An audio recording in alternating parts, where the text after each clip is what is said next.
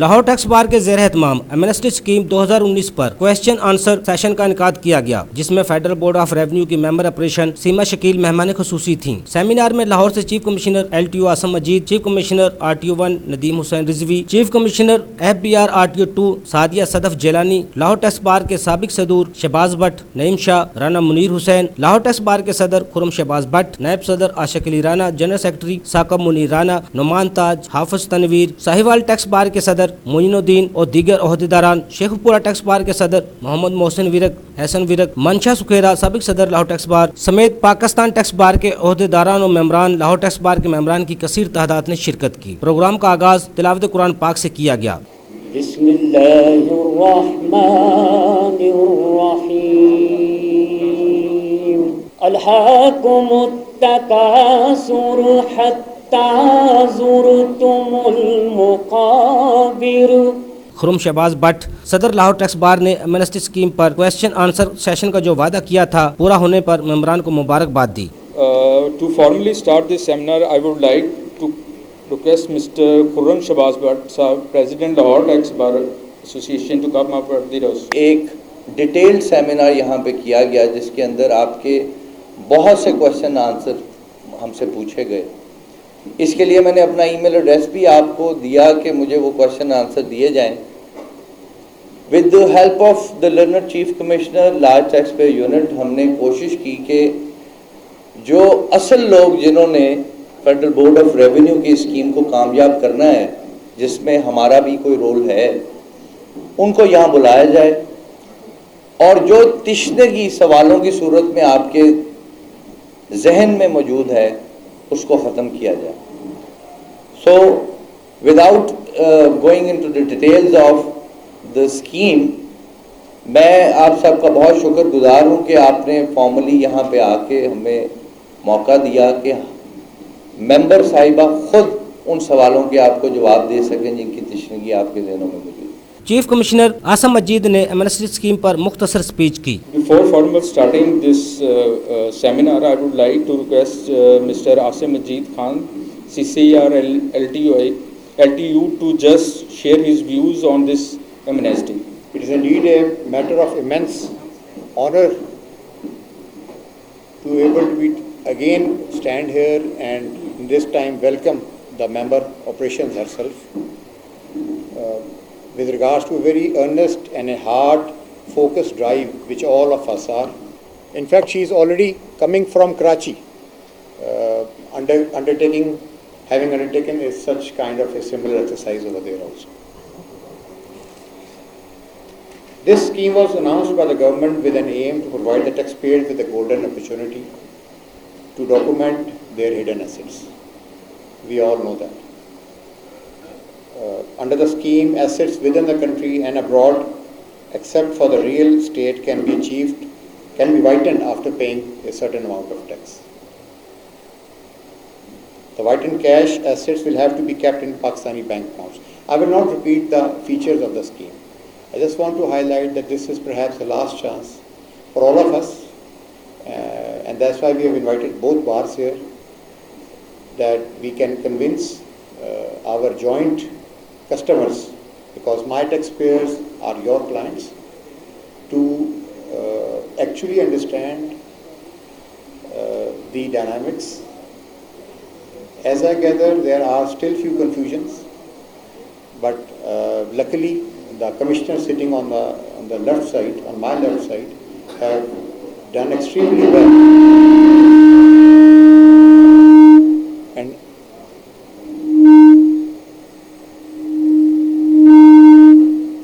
And madam, I must tell you that in the last 3 weeks, all of these commissioners and their officers, along with the tax bar, have undertaken massive exercise and have taken upon themselves as a mission to visit all the associations, all the real estate central points. They have been coming on TV a lot. In fact, as we speak, there are a couple of our officers who are doing a live question answer session right now on the national hookup. So this is a golden opportunity for all of us to make full use of this opportunity, and I hope that today's session will also prove a very strong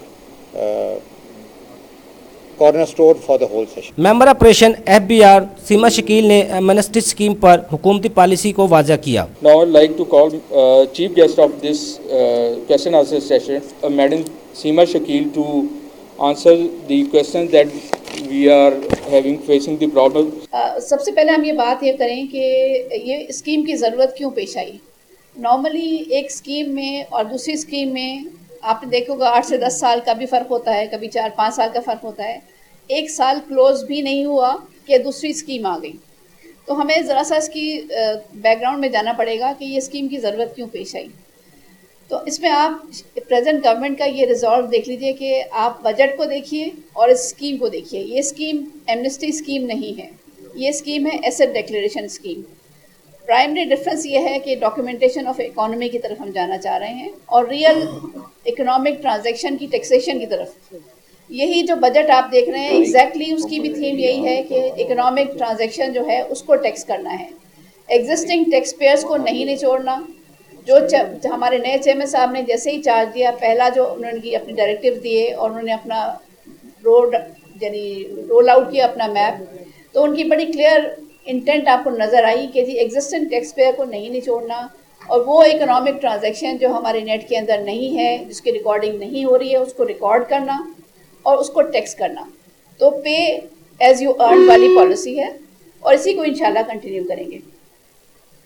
तो basic जो purpose है इस scheme का वो है broadening of tax base.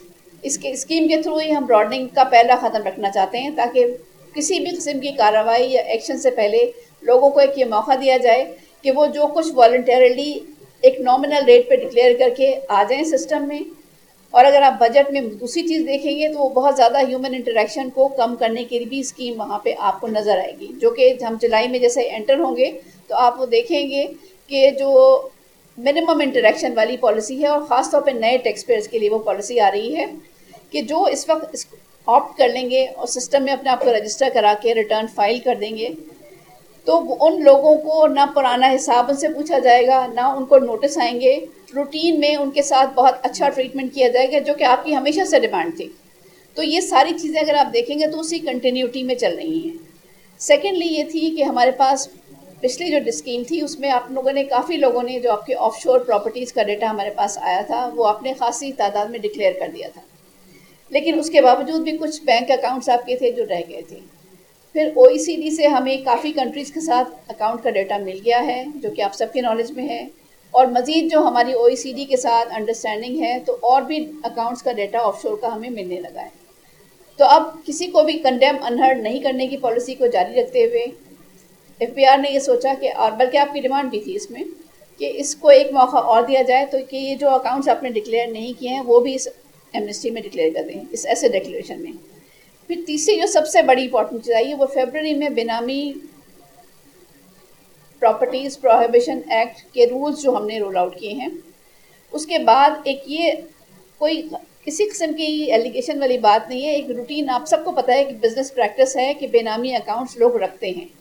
अगर आप बैंकों के डेटा को देखें तो बेशुमार बेनामी अकाउंट्स हैं और वो उसकी वजह से बहुत सारे मसाइल क्रिएट हो रहे हैं। FATF की रिक्वायरमेंट्स में भी कंट्री को प्रॉब्लम आ रही है और रियल टैक्सेशन में भी हमें प्रॉब्लम आ रही है, इसलिए कि जिसकी चीज़ है वो उसको ओन नहीं करता तो दूसरे शख्स की वो चीज़ होती ही नहीं है, ना उसकी वर्थ होती है कि वो उसको ओन करे या उसको टैक्स पे करे।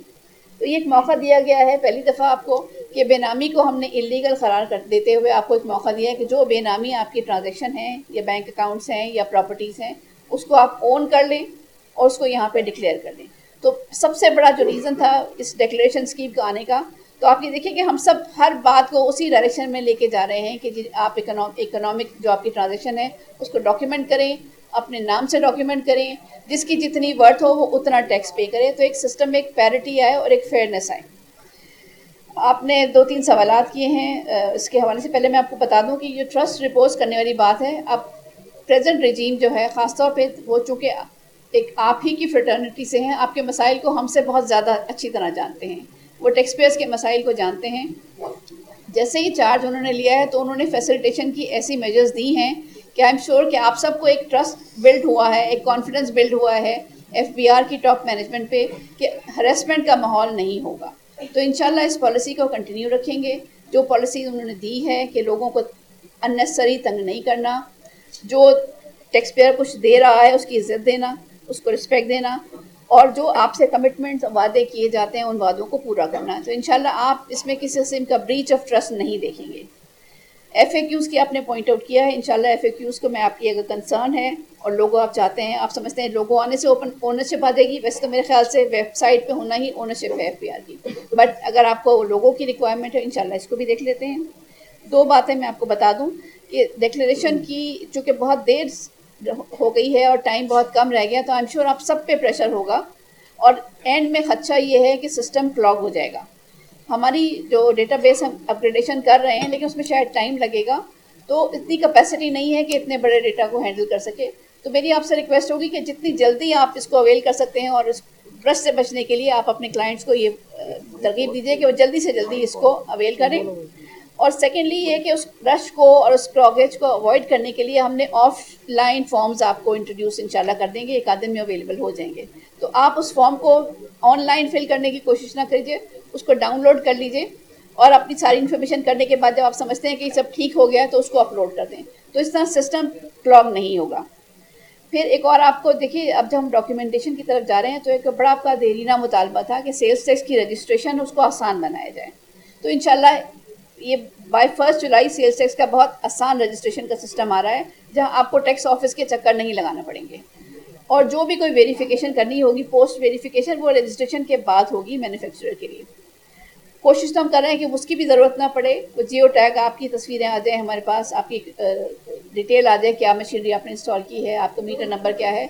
तो मिनिमम आपसे जो भी मांगी जाएगी वो ऑनलाइन मांगी जाएगी, थ्रू मोबाइल ऐप मांगी जाएगी और आप अपने आप को घर बैठे सेल्स टैक्स में रजिस्टर कर लेंगे, जो मेरा ख्याल है आपके सबसे ज़्यादा आसानी इस बात में हो जाएगी कि सेल्स टैक्स में रजिस्टर हो जाए।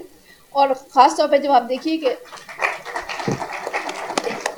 कि ये जब मैन्युफैक्चरिंग की डेफिनेशन में चेंज आया है, आपकी कॉटेज इंडस्ट्री निकली है, तो बहुत ज़्यादा लोगों को इसमें रजिस्टर होना पड़ेगा। तो हमारे जहन में था कि ये छोटे टैक्स पेयर होंगे जो टैक्स ऑफिस के चक्कर लगाते रहेंगे और एक शख्स जो चाहता है कि मुझे रजिस्टर करो और मैं टैक्स देने के लिए तैयार हूँ, तो हम उसे क्यों तंग करें। तो इसी चीज़ को जहन में रखते हुए इंशाल्लाह हम आपकी ये मसले को भी हल करेंगे। मीडिया से गुफ्तगू करते हुए मेंबर ऑपरेशन का कहना था, देखिए नंबर ऑफ डिक्लेरेशंस तो अब मैं आपको इस वक्त नहीं बता सकती, इसलिए कि हर दिन यहाँ पे डिक्लेरेशंस नए PS IDs बन रहे हैं और नई लोग स्टार्ट कर दिया उन्होंने काम, लेकिन आप रिस्पांस बहुत अच्छा है। चूँकि मैं अब हर स्टेशन पे खुद भी गई हूँ, मैंने ओवरऑल भी देखा है, ख़ासतौर पे हमारे वकला हज़रात हमें बड़ा अच्छा रिस्पांस देते हैं, तो उससे हमें अंदाज़ा हो रहा है कि इस रिस्पांस इसका बहुत वार्म आ रहा है, बहुत अच्छा रिस्पांस आ रहा है। देखिए जैसे कि हमने कहा है कि स्कीम हमने ख़ास पर्पज़ से लेके आई, वो पहली स्कीमों में और इस स्कीम में ख़ास तौर पे आप इसके जो नाम ही देखेंगे वो ऐसे डिक्लेरेशन स्कीम है, ये एमनेस्टी स्कीम नहीं है। तो ये डॉक्यूमेंटेशन ऑफ इकोनॉमी की तरफ हम जा रहे हैं। तो आप देखेंगे इसमें पहली दफ़ा होगा कि बहुत सारे आपको नए टैक्स पेयर नज़र आएंगे। आप पुरानी जो स्कीम्स उठा के आप देखिए तो उसमें आपको सिर्फ जो एग्जिस्टिंग टैक्स पेयर होते हैं वही अपने एसेट डिक्लेयर करते हैं और अपनी इनकम डिक्लेयर करते हैं। तो फर्स्ट टाइम है कि जो लोग रजिस्टर्ड नहीं हैं हम उनको टारगेट कर रहे हैं ताकि वो सिस्टम में आ जाएं और वो इसका पार्ट बन जाएं और उनको बगैर किसी ह्यूमन इंटरेक्शन के हम उनको एक रिस्पेक्ट के साथ यहाँ वो जो एक ट्रस्ट डेफिसिट है उसे ख़त्म करें। जी मैं पब्लिक को यही मैसेज दूंगी कि जैसे मैंने आपसे पहले कहा है कि इससे बेहतर मौका आपको नहीं मिलेगा, इसलिए कि आप अगर बजट उठा के देखें, बजट हमारा सारा इसी तरफ है कि किस तरह डॉक्यूमेंट किया जाए और जो पे एज यू अर्न वाला कॉन्सेप्ट है कि जो इकोनॉमिक एक्टिविटी आप कर रहे हैं उस पर जो आपको इनकम हो रही है वो आप उसको टैक्स दें। तो आप जो अनरजिस्टर्ड सेल्स टैक्स के लोग हैं उस बेहतरीन अपॉर्चुनिटी है। इससे पहले मैंने कहा कभी ऐसी स्कीम नहीं आई है कि आपको 2% सेल्स टैक्स पे करके रजिस्टर कर लिया जाए और आपसे पुराना हिसाब ना मांगा जाए। तो आप खुद 2014 से ऑनवर्ड जो भी अपनी सेल डिक्लेयर करके अपने आप को एंटर करना चाहते हैं सिस्टम में वो एंटर हो जाएं।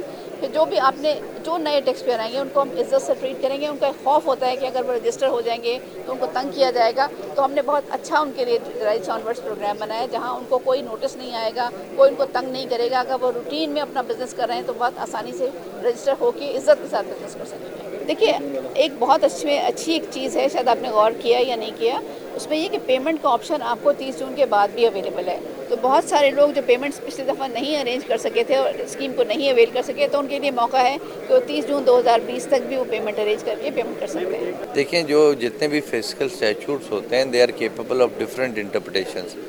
हमारा मकसद इन सेमिनार्स के ज़रिए से कोशिश ये करना है कि जो भी क्वेश्चन और आंसर्स जहन में लोगों के पैदा हो रहे हैं उनको किसी तरीके से फेडरल बोर्ड ऑफ रेवेन्यू जो है वो क्लैरिफाई करे, ऐसी अदम एतमाद की फ़िज़ा ना कायम हो सके, ये स्कीम कामयाब ना हो। हमारा मकसद सिर्फ़ और सिर्फ फेडरल बोर्ड ऑफ रेवेन्यू के साथ शाना बशाना चल के स्कीम को कामयाब करना है। Obviously it's a fiscal statute, तो इसके अंदर की बहुत सी किस्म की इंटरप्रिटेशन इसकी की जा सकती हैं।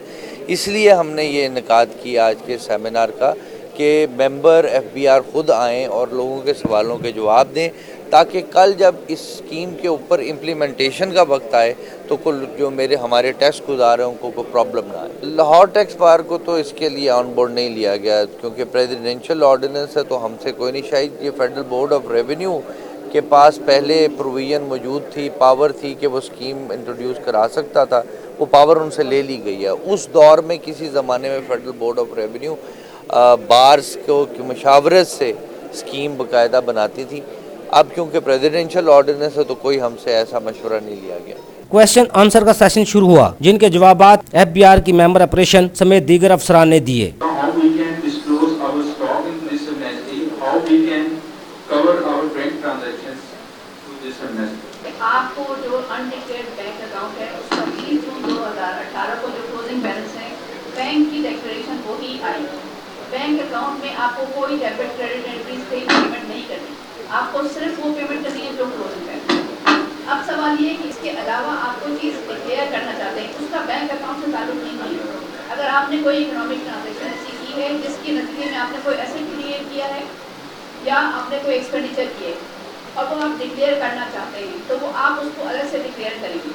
आप एक्सपेंडिचर की शक्ल में डिक्लेयर कर सकते हैं या एसेट की शक्ल में डिक्लेयर कर सकते हैं, लेकिन इस बैंक अकाउंट में आपको सिर्फ क्लोजिंग करना है। एक बंदा टैक्स पेयर है और उसने 2018 की इनकम टैक्स की रिटर्न और वेल्थ स्टेटमेंट फाइल की थी, लेकिन उसने 2018 की वेल्थ स्टेटमेंट में अपना बैंक अकाउंट नहीं डिक्लेयर किया और इसका 30/6/2018 का बैंक अकाउंट का बैलेंस सम अमाउंट था, लेकिन अब जून 2019 में उसका बैंक अकाउंट का बैलेंस जो सा है वो उससे कम हो गया। क्या वो 2018 का बैंक अकाउंट बैलेंस जो कि ज़्यादा था उस पर 4% टैक्स देगा या जो मौजूदा बैलेंस है उस पर टैक्स देगा? आपको जो अनडिक्लेयर्ड बैंक अकाउंट है उसका 30 जून 2018 को जो क्लोजिंग बैलेंस है, बैंक की डिक्लेरेशन वही आई। बैंक अकाउंट में आपको कोई डेबिट क्रेडिट एंट्रीज पे पेमेंट नहीं करनी, आपको सिर्फ वो पेमेंट करनी है जो क्लोजिंग बैलेंस है। इसके अलावा आप कोई चीज़ डिक्लेयर करना चाहते हैं, उसका बैंक अकाउंट से ताल्लुक नहीं है। अगर आपने कोई इकोनॉमिक ट्रांजेक्शन ऐसी की है जिसके नतीजे में आपने कोई एसेट क्रिएट किया है या आपने कोई एक्सपेंडिचर किया और वो आप डिक्लेयर करना चाहते हैं, तो आप उसको अलग से डिक्लेयर करेंगे। आप एक्सपेंडिचर की जगह डिक्लेयर कर सकते हैं या एसेट की जगह डिक्लेयर कर सकते हैं, लेकिन इस बैंक अकाउंट में आपको सिर्फ क्लोज करना है। Is it mandatory for non-resident to declare other foreign assets along with asset declaration of Pakistani property?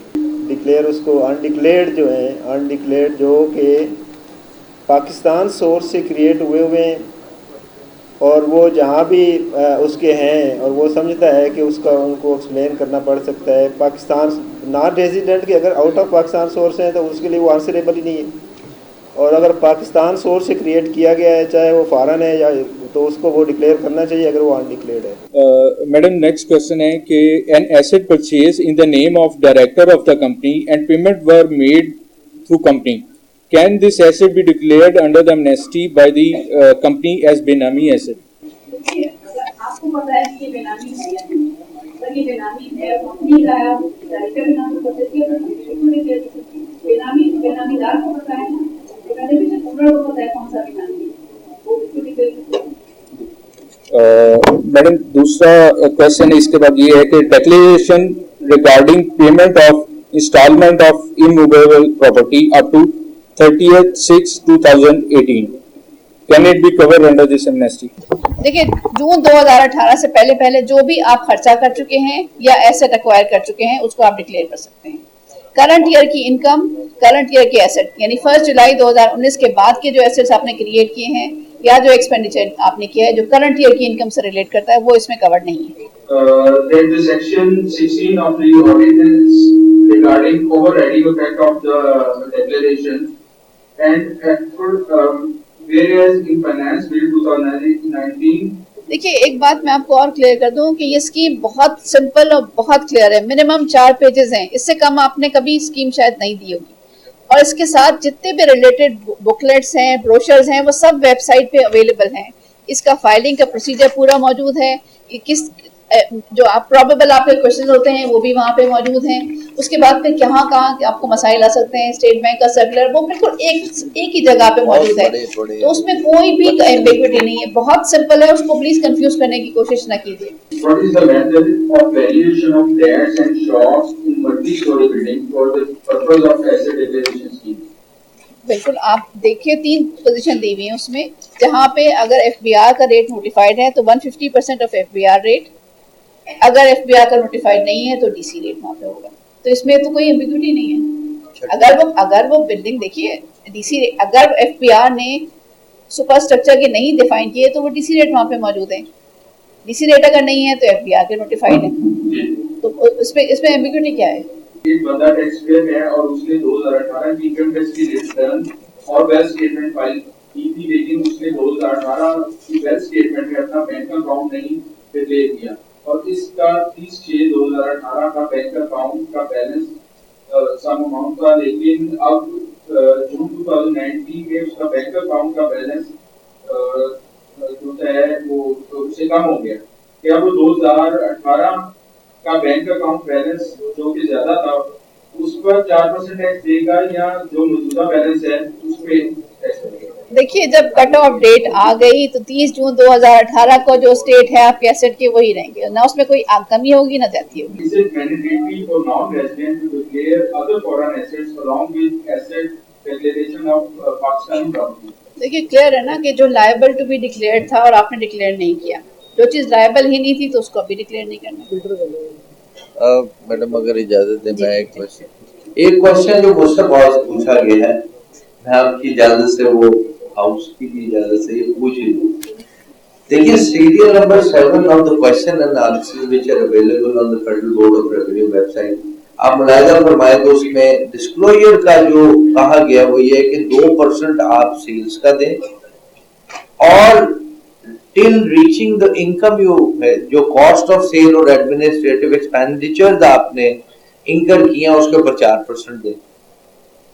Scheme says something different. Scheme says if you will pay tax under one law, you'll get immunity from any other law. उसके ऊपर मजीद कोई ऐसा tax नहीं पे करना। Kindly ये clarify कर दें, बिकॉज ये जो सीरियल नंबर 7 के ऊपर जो FAQ का आंसर है, this is damaging the scheme. So ये kindly it should be reviewed by the federal board of revenue because it will cannibalize the whole process जो हम कोशिश कर रहे हैं कि स्कीम्स हो गए। चलिए, चूंकि आपने अभी पॉइंट आउट किया, मैं इसको देख लेती हूँ। मेरा ख्याल है एम्बिग्विटी है कोई नहीं, लेकिन फिर मैंने पहले से नहीं देखा हुआ स्पेसिफिकली इस हवाले से। देखिए, किसी और उसमें नहीं, आप देखिए, एक आपकी सेल्स टैक्स की लायबिलिटी है और एक आपकी इनकम टैक्स की लायबिलिटी है, दोनों ही को डिस्चार्ज करेंगे ना। ये आपकी कंफ्यूजन यहाँ जो भी इसमें आपका है क्लैरिफिकेशन रिक्वायर्ड, ये बोर्ड को यहाँ LTU लाहौर ने रेफर कर दिया है, इसका आपको फिर रिस्पांस मिल जाएगा, ठीक है? अगर कोई कंफ्यूजन इसमें मजीद रहता है उसमें कोई वेरिएशन नहीं है, जहाँ पे है भी है वो कंस्ट्रक्शन है और कहीं पे तो ऑलरेडी राइट ही नहीं है, प्रॉपर्टी राइट नहीं है, उसकी वेरिएशन की प्रॉब्लम आ रही है।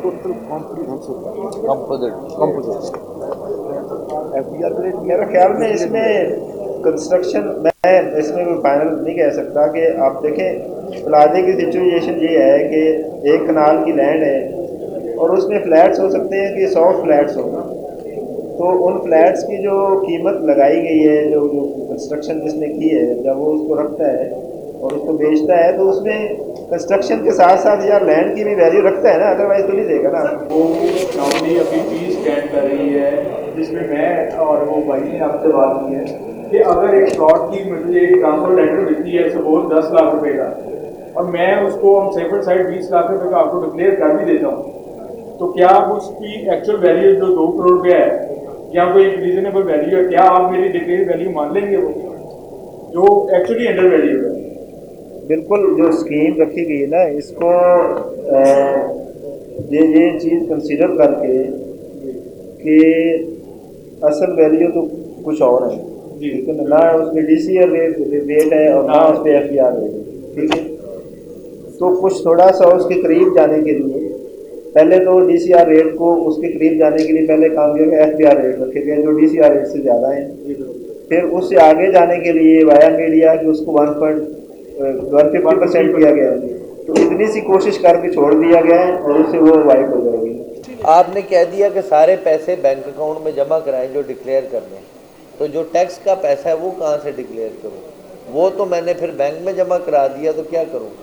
यानी ये चाह रहे हैं कि जो पहली आपकी है ना जी, कैश जिसने डिक्लेयर करना है ना, वो 10% सरचार्ज भी देगा पहले क्वार्टर का। इनका मकसद ये कहने का है कि फिर वो डिक्लेयर करेंगे पैसा डाला है, फिर उस पैसे को निकाल के टैक्स दें और वो अगले क्वार्टर में फॉल करेगा, 10% और दें। क्यों ये चाह रहे हैं आप? देखिए, जो स्कीम के अंदर एज सच ये बात नहीं है कि एग्जैक्टली जो है रजिस्ट्रेशन का वर्ड ऐसा ही तो मुझे नज़र नहीं आया कि जी वो ऐसे आप उसको सेल डीड पे या उस पर भी प्रॉपर्टी परचेज कर सकते हैं। इशू ये है कि एसेट आपका है और आपने उसमें इन्वेस्ट कर दिया है, जो मुझे नज़र आता है अगर कोई और उसमें कि रजिस्ट्रेशन के साथ प्रॉपर्टी को अगर आप डिक्लेयर करना चाहते शायद बंदी हुई नहीं है कि जी उससे पहले रजिस्ट्रेशन ज़रूर हो चुकी हो। आप उसके परचेज या सेल डीड पे भी आपने पेमेंट कर दी है, प्रॉपर्टी ले ली है, प्रॉपर्टी आपकी, आप इन्वेस्ट कर चुके हैं, सोर्स आपके पास था वो आप उसमें लगा देते हैं, आप उसको करना चाहते हैं शायद करते हैं आप। मुझे वैसे ये जवाब तो आता है, लेकिन मैं वैसे समझ रहा हूँ कि जवाब हम चाहते हैं आप ही दें। नहीं आप सर बात यह है कि आपने अभी एसेट अपने नाम पे ट्रांसफ़र नहीं हुआ, you only have power of attorney, it is advance for purchase of property. आपको 4% टैक्स देना है, 1.5% में आप फॉल नहीं करते। असल सवाल आपका ये है जी। नहीं, आप एडवांस दे चुके हुए हैं उसको, उस प्रॉपर्टी की परचेज का आप दिखाएंगे advance for purchase of property और उसके ऊपर आप 4% टैक्स दे देंगे। यस, किसी को और कुछ? Section 54 of the transfer of property act says कि आपकी टाइटल जब तक ट्रांसफ़र ही नहीं आपके नाम पे होगा तो वो प्रॉपर्टी आपकी बनी ही नहीं। क्योंकि आपकी प्रॉपर्टी नहीं बनी, इप्सो फैक्टो यू कैन नॉट से कि क्योंकि मैंने एडवांस दिया हुआ है तो मैंने वो चीज़ खरीद ली है। खरीद या ओनरशिप, ये एसेट आप सर वो डिक्लेयर कर सकते हैं जिसकी ओनरशिप आपकी है या बेनामी ओनरशिप आपकी है, ये वाले एसेट आप डिक्लेयर करते हैं। ये इस सूरत में आपकी ओनरशिप कोई नहीं है। Yes, you own that advance you have paid for the purchase of property and the investment, तो वो आप इन्वेस्टमेंट के तौर पे दिखाएंगे और 4% उसको टैक्स पे करेंगे, ना कि 1.5%। Sir next question is that what about the time barred assets of filer and non filer? Time barred assets तो फाइलर 9 जो भी एसेट है, बार्ड है या टाइम बार्ड है, अगर वो डिक्लेयर करना चाहता है तो उसमें इसलिए कोई डेट वगैरह तो नहीं रखी। उसमें यही है कि 30/6 जो वर्डिंग यूज़ हुई है, एक्वायर्ड और हेल्ड बिफोर ऑन, मतलब जो वर्ड यूज़ हुए हैं 30/6/2018 को वो या उससे पहले कभी भी उसने एक्वायर किए होल्ड किए और वो उसको डिक्लेयर करना चाहता है तो करें। अब असल में क्वेश्चन का जो है जो बेसिक कंटेक्स्ट है कि अगर टाइम बार्ड से पहले का एसेट है और वो डिक्लेयर नहीं करता तो क्या महकमे की लिमिटेशन जो है, जो लॉ की लिमिटेशन है वो तो उसको तो वायलेट नहीं होती, वो तो अपनी जगह पे मौजूद रहेगी। उसके अगेंस्ट अगर कोई लीगल एक्शन बनता है और उसमें लिमिटेशन इन्वॉल्व है तो वो लिमिटेशन की सैंक्टिटी तो अपनी जगह पे रहेगी। हाँ, वो अगर पीछे जाकर डिक्लेयर करना चाहते हैं तो उसको करें। मुझे आप डॉक्टर साहब कहना कुछ चाहते हैं? डॉक्टर साहब से सुने प्लीज, इन्हें दे दे माइक।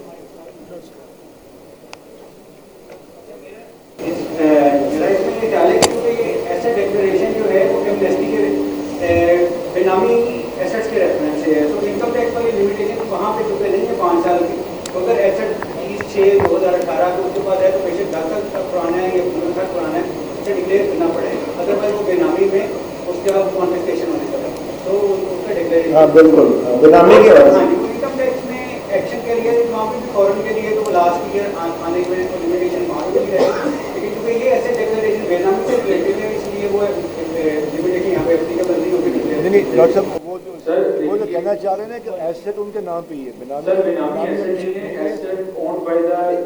आप दूसरा क्वेश्चन कर रहे थे, पहले वाला जो है, पहले वाला ये कि डुअल नेशनैलिटी है और वो एसेट्स डिक्लेयर करना चाह रहा है, यहाँ का एसेट पाकिस्तान में उसके पास है, तो उसकी मनी ट्रेल, इसका मतलब इक्वल एसेट है आप कह रहे हैं। उसका बात सिंपल सी है, उसको सिंपल कंटेक्स्ट में रखें। नेशनैलिटी को पहली बात तो ऐसे ही छोड़ दें, बाद रेजिडेंट नॉन रेजिडेंट से देखें। क्वेश्चन ये है कि रेजिडेंट है या नॉन रेजिडेंट है। अगर रेजिडेंट है तो उसमें पाकिस्तान का सोर्स इनकम से जनरेटेड एसेट का भी क्या हिसाब देना है और फॉरेन सोर्स का भी हिसाब देना है। उसको सामने रखते हुए अगर हिसाब नहीं है तो वो अपने एसेट को देखे कि एसेट क्या है और उसके रिलेटेड रूल को देखे उसके मुताबिक डिक्लेयर करे। अगर कैश है तो कैश जमा कराए, अगर प्रॉपर्टी है तो प्रॉपर्टी के मुताबिक से लें। और अगर वो नॉन रेजिडेंट है और एसेट उसका चाहे जहाँ भी है फॉरेन सोर्स से है तो भूल जाए, अगर पाकिस्तान सोर्स से है फिर देखे कि एसेट क्या है और उसके मुताबिक रूल के मुताबिक डिक्लेयर करे। बेनामी एसेट के तो इनकम टैक्स वाली लिमिटेशन वहाँ पे चुके नहीं है 5 साल की, तो अगर एसेट 30/6/2018 को उसके पास है तो बेशक 10 साल तक पुराना है या 15 साल पुराना है, उसे डिक्लेयर करना पड़ेगा। अदरवाइज वो बेनामी में उसका कॉन्फिस्केशन होने का तो उसका डिक्लेरेशन। हाँ जी, वो इनकम टैक्स में एक्शन के लिए वहाँ पे भी फॉरन के लिए तो वो लास्ट ईयर आने के तो लिमिटेशन वहाँ पे भी रहेगी, लेकिन चूँकि ये ऐसे डिक्लेरेशन बेनामी से रिलेटेड है इसलिए वो लिमिटेशन यहाँ पे एप्लीकेबल नहीं होगी डिक्लेयर जी। वो उसमें ये है कि कंडीशन में बिल्कुल इसी तरह ये से है कि अगर कंपनी होगी तो वो रिटर्न रिवाइज कर सकती है या फिनंशियल स्टेटमेंट, लेकिन अगर एओपी है या इंडिविजुअल है तो उसको वेल्थ स्टेटमेंट की रिवीजन की है, उसमें इनकम टैक्स रिटर्न का नहीं है। तो उसके बेसिक पीछे ये है कि चूँकि उसने एसेट ही डिक्लेयर करना है तो या एक्सपेंडिचर या एसेट को ही उसने उसकी फॉर्म में इनकम की तरफ नहीं जाना, तो इसलिए वेल्थ स्टेटमेंट का ही में उसका इम्पैक्ट आना है। तो इसलिए वेल्थ स्टेटमेंट को ही कहा गया है कि उसको वो रिवाइज करे, रिटर्न की उसमें ऑप्शन नहीं है। इंडिविजुअल और एओपी के लिए क्या होगा, अगर एसेट आपने डिक्लेयर करना है इंडिविजुअल का तो वो वेल्थ स्टेटमेंट में होगा ना, और अगर एओपी के मेंबर का करना है तो वो भी उसकी वेल्थ स्टेटमेंट में होगा। एओपी अपनी तो वेल्थ स्टेटमेंट होती नहीं है। बैलेंस शीट जो है उसमें एओपी का अगर एसेट है, एओपी के नाम है, अगर एओपी के नाम है तो उसमें तो मेरा ख्याल में फिर इसको बोर्ड को शायद कंसीडर करना चाहिए कि अगर एओपी के अपने, लेकिन मुझे ये लग रहा है कि इसमें कंसीडर ये किया गया है कि या तो एओपी के पार्टनर के नाम होगा वो एसेट या इंडिविजुअल के नाम होगा तो वो वेल्थ स्टेटमेंट में जाएगा।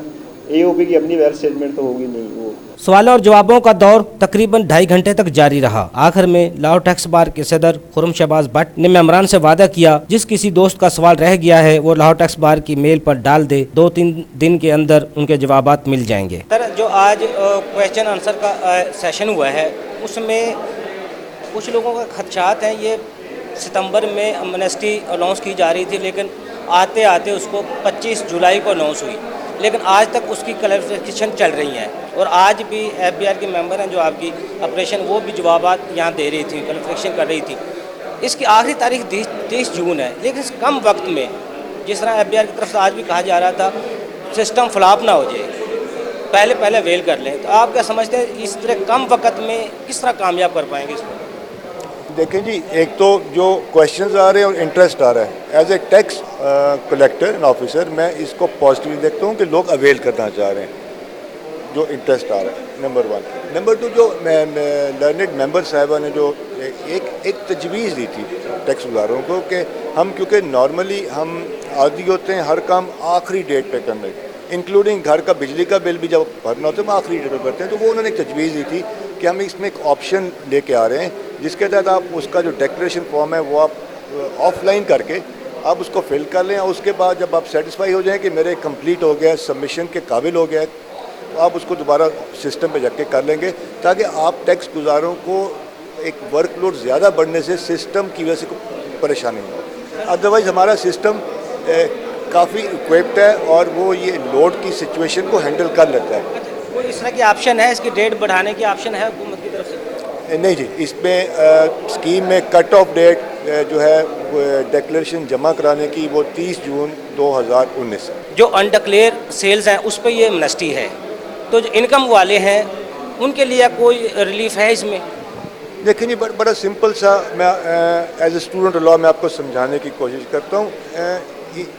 जब आपकी कोई अनडिस्क्लोज सेल होती है, जो आप सेल दिखा नहीं रहे, उसकी अगला इम्पैक्ट क्या होता है? या वो आप सेल से एसेट क्रिएट कर रहे होते हैं और या आप उस सेल से कोई एक्सपेंडिचर कर रहे होते हैं। तो एमनेस्टी ने दोनों चॉइसेस दे दी आपको कि अगर आपका एसेट है आप वो दिखा दें, उस अनडिस्क्लोज सेल से आपका यह इनकम भी, जब इनकम होती है तो इसी में कन्वर्ट होती है ना, तो इसलिए वो सारे सिनेरियोज कवर कर लेती है। लेकिन एमनेस्टी इस ऑर्डिनेंस में इनकम की डायरेक्टली एमनेस्टी नहीं ली जा सकती।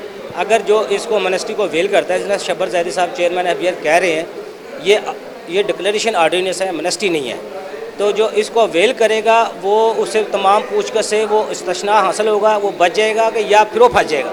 देखिए जी, इसका उस ऑर्डिनेंस में ही जवाब दिया हुआ है कि इस ऑर्डिनेंस की जो प्रोविजंस हैं वो जो बाकी कवानीन हैं राइज हैं पाकिस्तान में, इस ऑर्डिनेंस की प्रोविजंस को ओवरराइड करेंगी। क्वेश्चन आंसर का सेशन हुआ है, इसमें मैडम ने मेंबर ऑपरेशन उन्होंने बताया था कि बर्डन पड़ जाएगा, शॉर्ट वो हो सकता है पहले वेल कर ले, लेकिन 25 जुलाई को ये एमनेस्टी आ रही है, तो 30 जून को उसकी आखिरी डेट है। ये बहुत कम वक्त है उन लोगों के लिए जो वेल करने के लिए। इसके लिए कोई डेट बढ़ाई जाएगी या नहीं बजट बढ़ाई जाएगी? दूसरा ये डिक्लेरेशन डिक्लेयर सेल्स पर है, इनकम पर नहीं है, ये दूसरा सवाल है। तीसरा सवाल मेरा ये है, इसको जो वेल करने वाले होंगे उनसे किसी बारे में कोई पूछताछ की जाएगी या नहीं की जाएगी? क्योंकि शब्बर ज़ैदी साहब चेयरमैन एफबीआर कह रहे हैं ये सिर्फ डिक्लेरेशन ऑर्डिनेंस है, एमनेस्टी नहीं है, तो वो बच जाएंगे इसको वेल करने वाले? बिस्मिल्लाहिर्रहमानिर्रहीम। देखें, इसमें जो टाइम का फैक्टर आप बता रहे हैं कि 25 मई को आई है, तो उनका जो मैडम का कहने का मतलब था वो ये था कि अब जो दिन बच रहे हैं इसमें अगर आपने अवेल करनी है तो टैक्स पे प्रैक्टिशनर को चाहिए कि अभी से लोगों से कहें कि अभी से डिक्लेयर करना शुरू कर दें। उनका कहने का मकसद ये था कि एक करैक्टर सा बन गया है कि जो चीज़ें डिक्लेयर करने भी चाह रहे हैं, इंटेंट भी है, लेकिन उसको आखिरी डेट तक ले जाएंगे और फिर जब 2-3 दिन रह जाएंगे तो उसमें रश करेंगे तो फिर सिस्टम बॉग डाउन हो जाएगा। तो जब आपने डिक्लेयर करनी है, फैसला कर लिया है, तो आज 17 तारीख से शुरू कर दें, कल से उसकी फ़ाइल करना शुरू कर दें, ताकि बहुत सारी जो है आखिरी डेट से पहले डिक्लेयर हो जाएं और वो प्रॉब्लम ना रहे जी। और दूसरी बात ये कि इनकम और एसेट्स का है, तो ये तो एक सोची समझी स्कीम है कि ये एमनेस्टी एसेट्स के बारे में, और ये एक प्रिंसिपल ऑफ अकाउंटिंग भी है कि आपका जो ईयर क्लोज हो जाता है तो उसमें जो भी इनकम आपने अर्न की है वो किसी एसेट की फॉर्म में कन्वर्ट हो चुकी होती है। या तो उसे आपने एसेट खरीद लिया, एसेट बन गया, कैश की फॉर्म में बढ़ी है, या उसको आपने किसी एक्सपेंडिचर में यूज़ कर लिया।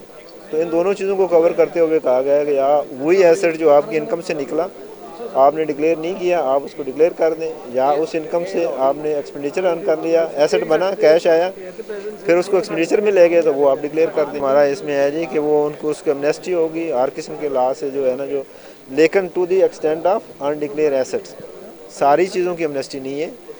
जो अनडिक्लेयर्ड एसेट है, अनडिक्लेयर्ड एक्सपेंडिचर है या अनडिक्लेयर्ड सेल है, टू दैट एक्सटेंट उसको एमनेस्टी हर तरफ से होगी। सर आखिर मेरा सवाल ये है, कोई आप तक कितनी रिटर्न आ चुकी हैं कि रिस्पॉन्स मिल रहा है इस पर? जी ये मेरे पास इस वक्त फिगर नहीं है, ये एफबीआर के पास है और उन्होंने अभी हमारे साथ शेयर नहीं की है। पहली बात तो यही है कि हमारा लॉ टैक्स बार का ये हमारी कोशिश है कि ये स्कीम कामयाब हो। इसके लिए फेडरल बोर्ड ऑफ रेवेन्यू के साथ हम पूरा ताउन करने की कोशिश कर रहे हैं। जो सवालात हमारे मेंबर्स के आ रहे हैं वो फेडरल बोर्ड ऑफ रेवेन्यू के पास पहुंच भी रहे हैं, लेकिन जो अभी तक सवालात लास्ट भेजे गए थे उनके आंसर अभी तक नहीं आए। मैं समझता हूं कि जब तक फेडरल बोर्ड ऑफ रेवेन्यू ये तमाम चीज़ों के जवाबात नहीं देगी, हमारे मेंबर्स इन डिक्लेरेशंस को फाइल नहीं कर पाएंगे। तो मैं तो ये समझता हूं कि फेडरल बोर्ड ऑफ रेवेन्यू को कोई ऐसी टीम कॉन्स्टिट्यूट करनी चाहिए कि जो डेली बेसिस पे जितने सवालात पूछे जा रहे हैं उनके आंसर दें, क्योंकि आज के सेशन में मैंने ये देखा कि बहुत से लोगों के दिनों में बहुत से सवालात हैं which need to be answered. तो मैं तो बोर्ड को ये कहूँगा कि अनटिल एंड अनलेस ये आंसर्स क्वेश्चंस के ना दिए गए और उन आंसर्स के की ओनरशिप ना ली गई, उस वक्त तक ये स्कीम का कामयाब होना नामुमकिन है। लेकिन लॉ टैक्स बार एसोसिएशन कोशिश करेगी कि पूरी ताउन करे फेडरल बोर्ड ऑफ रेवेन्यू से इस मौके पर, क्योंकि ये हमारे कौम के इदारे हैं और डॉक्यूमेंटेशन ऑफ इकोनॉमी के हम हक में हैं। देखिए, law tax bar association formally एक रिक्वेस्ट करेगी विद वर्दी प्रेसिडेंट कि इस डेट को एक्सटेंड किया जाए, क्योंकि अगर आप देखें कि जब से ये प्रेसिडेंशियल ऑर्डिनेंस प्रमलगेट हुआ है उस डेट से अब तक बीच में बहुत सी ईद की छुट्टियां भी आ गई, बहुत सी चीज़ें हैं जो कि विच नीडेड क्लैरिफिकेशन। अभी मुख्तलिफ़ किस्म के सवालात की सूरत में मैं समझता हूँ कि इसमें डेट का इजाफा करना इस स्कीम को कामयाब करने के लिए बहुत ज़रूरी है। लॉ टैक्स बार की तरफ से आज क्वेश्चन आंसर सर का जो सेशन था कितना कामयाब रहा, और आप क्या देख रहे हैं, डेट एक्सटेंड होगी? FBI की जो मेंबर आई थी को अंदिया दे गई हैं टैक्स बार को या नहीं? और एमनेस्टी स्कीम के बारे में लाहौर टैक्स बार की काविश क्या होगी? बिस्मिल्लाहिर्रहमानिर्रहीम। अफजल यूबी साहब, सबसे पहले आपका शुक्रिया। हम पहले भी आपके प्रोग्राम में कह चुके हैं कि उन्होंने टाइम बहुत कम दिया हुआ है। इतने टाइम में अभी तक लोगों के क्वेश्चन आंसर ही क्लियर नहीं हो रहे। अभी तक जो बोर्ड के लोग हैं वो खुद अभी क्वेश्चन देने से कासर हैं। तो मैं समझता हूँ इनको कोई ऐसा फैसिलिटेशन सेंटर बना देना चाहिए ताकि लोग एमनेस्टी फाइल करने से पहले वहाँ अपनी क्वेरीज को दूर करें, फिर एमनेस्टी फाइल करें। देखिए, आज 18 जून है, तो मैं समझता हूँ अभी 10 दिन भी नहीं रह गए स्कीम के दिन ख़त्म होने में। इतने शॉर्ट टाइम में भी दो क्वेश्चन क्लियर नहीं हो रहे, तो ये कैसे एमनेस्टी कामयाब होगी? अभी आप देखें तकरीबन 2000 करीब अभी तक एमनेस्टी डिक्लेरेशन फॉर्म जमा हुए हैं।